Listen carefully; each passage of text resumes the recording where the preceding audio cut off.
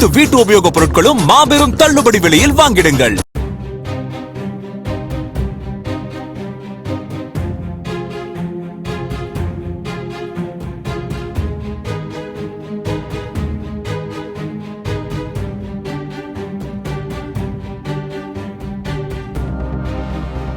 ஹங்கேரியின் கிழக்கு பகுதியில் சுற்றுலா பயணிகளின் பேருந்து சாலையோர பள்ளத்தில் கவிழ்ந்து விபத்து.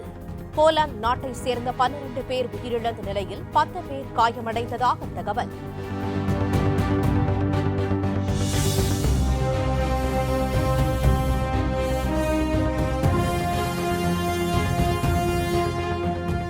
சத்யாவில் சுதந்திர தின சூப்பர் ஆஃபர். அனைத்து வீட்டு உபயோகப் பொருட்களும் மாபெரும் தள்ளுபடி விலையில் வாங்கிடுங்கள்.